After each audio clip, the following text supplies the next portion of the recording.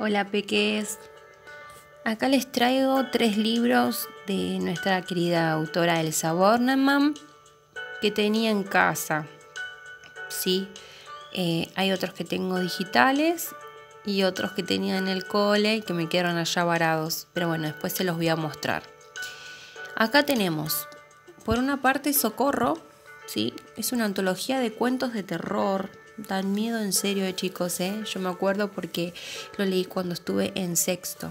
Es a partir de los 10 años, pero por lo general se lee cuando están en sexto, porque en sexto se ve ese género, el de terror. Así que por eso está medio viejito. Pasaron muchos años. Por otra parte tenemos acá Nada de Tucanes, que sí da para la edad de ustedes porque es desde 8 años.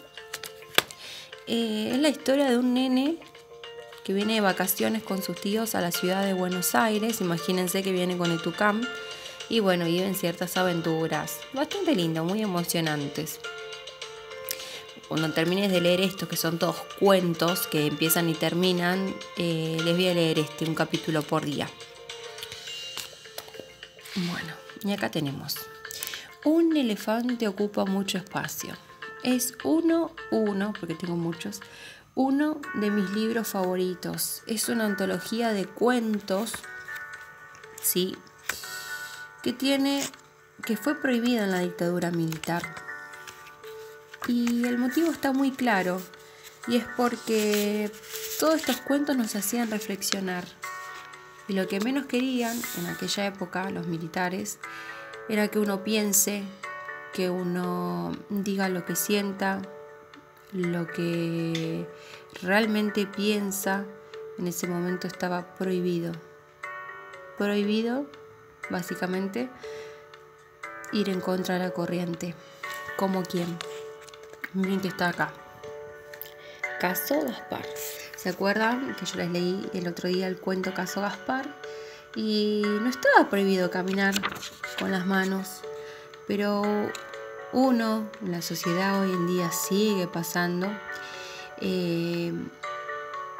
ve uno a una persona que piensa distinto o que hace cosas distintas y se lo ve como bicho raro. Y en realidad no tiene que ser así. Cada uno es libre de decir y hacer lo que uno piensa, así sea ir en contra de lo normal. Cuando hago así es porque hago entre comillas. Bien, acá tenemos la biografía de la autora, pero ustedes ya la tienen en el libro. Así que lo que yo les quiero leer, algo muy importante, es acerca de este libro, ¿sí? Dice, acerca de un elefante ocupa mucho espacio. Este libro fue publicado en primera edición en diciembre de 1975 bajo el sello de ediciones librerías Fausto. Debido a la entusiasta recepción que le brindaron los lectorcitos argentinos, fue coeditado poco después por las editoriales Latina y Círculo de Londres. En octubre de 1976 fue incluido en el cuadro de honor del Premio Internacional Hans Christian Andersen, otorgado por IBI, por considerárselo un ejemplo sobresaliente de literatura con importancia internacional.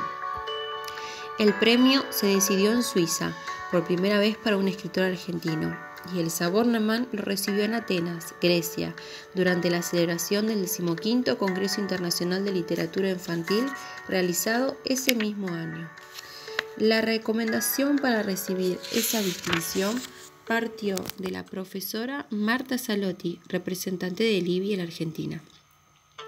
En octubre de 1977, los 15 cuentos que integran Un elefante ocupa mucho espacio fueron prohibidos por decreto 3155 del Poder Ejecutivo Nacional a cargo de la Junta Militar, de facto, por considerarse, entre otros conceptos igualmente injuriosos, que se trata de cuentos destinados al público infantil con una finalidad de adoctrinamiento que resulta preparatoria para la tarea de captación ideológica del accionar subversivo, y que de su análisis surge una posición que agravia la moral, a la familia, al ser humano y a la sociedad que éste compone.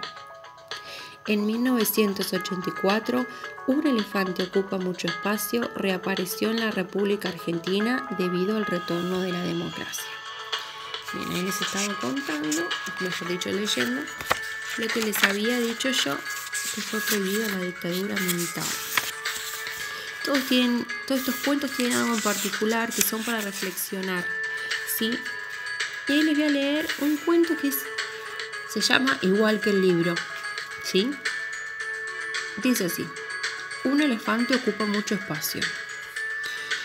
Que un elefante ocupa mucho espacio lo sabemos todos, pero que Víctor, un elefante de circo, se decidió una vez a pensar en elefante, esto es, a tener una idea tan enorme como su cuerpo.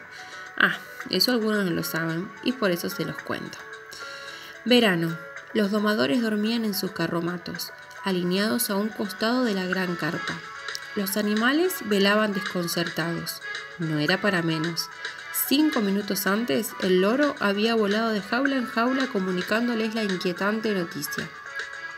El elefante había declarado huelga general y proponía que ninguno actuara en la función del día siguiente.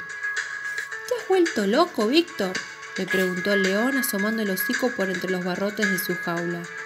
¿Cómo te atreves a ordenar algo semejante sin haberme consultado? El rey de los animales soy yo. La risita del elefante se desparramó como papel picado en la oscuridad de la noche. ¡Ja!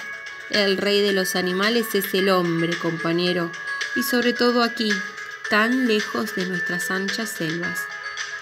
¿De qué te quejas, Víctor?, interrumpió un osito gritando desde su encierro. ¿No son acaso los hombres los que nos dan techo y comida? Tú has nacido bajo la lona del circo, le contestó dulcemente Víctor. La esposa del domador te crió como madera. Solamente conoces el país de los hombres y no puedes entender aún la alegría de la libertad. ¿Se puede saber para qué haremos huelga?, gruñó la foca coleteando nerviosa de aquí para allá. Al fin una buena pregunta, exclamó Víctor entusiasmado. Y ahí nomás les explicó a sus compañeros que ellos eran presos, que trabajaban para que el dueño del circo se llenara los bolsillos de dinero, que eran obligados a ejecutar ridículas pruebas para divertir a la gente, que se los forzaba a imitar a los hombres, que no debían soportar más humillaciones, y que patatín y que patatán. Y que patatín fue el consejo de hacer entender a los hombres que los animales querían volver a ser libres, y que patatán fue la orden de huelga general. Bah, Pamplina, se burló el león. ¿Cómo piensas comunicarte con los hombres? ¿Acaso alguno de nosotros habla su idioma? Sí, aseguró Víctor. El loro será nuestro intérprete. Y enroscando la trompa en los barrotes de su jaula, los dobló sin dificultad y salió fuera. Enseguida abrió una tras otra las jaulas de sus compañeros. Al rato todos retozaban en torno a los carromatos, hasta el león. Los primeros rayos del sol picaban como abejas zumbadoras sobre las pieles de los animales, cuando el dueño del circo se desperezó ante la ventana de su casa rodante. El calor parecía cortar el aire en infinidad de líneas anaranjadas. Los animales nunca supieron si fue por eso que el dueño del circo pidió socorro y después se desmayó apenas pisó el césped. De inmediato, los domadores aparecieron en su auxilio. «Los animales están sueltos», gritaron a coro, antes de correr en busca de sus látigos. «Pues ahora los usarán para espantarnos las moscas», les comunicó el loro. No bien los domadores los rodearon, dispuestos a encerrarlos nuevamente. «Ya nos vamos a trabajar en el circo. Huelga general, decretada por nuestro delegado, el elefante». «¿Qué disparate es este? ¡A las jaulas!», y los látigos silbadores ondularon amenazadoramente. «Ustedes a las jaulas», gruñeron las orangutanes, y allí mismo se lanzaron sobre ellos y los encerraron. Pataleando furioso, el dueño del circo fue el que más resistencia opuso. Por fin, también él miraba correr el tiempo detrás de los barrotes.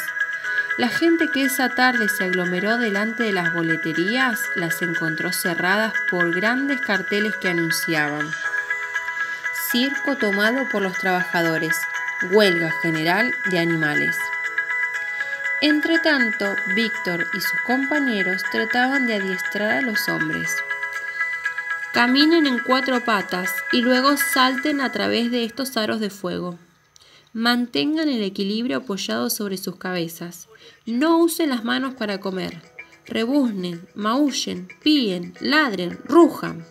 «Basta, por favor, basta», gimió el dueño del circo al concluir su vuelta número 200 alrededor de la carpa, caminando sobre las manos.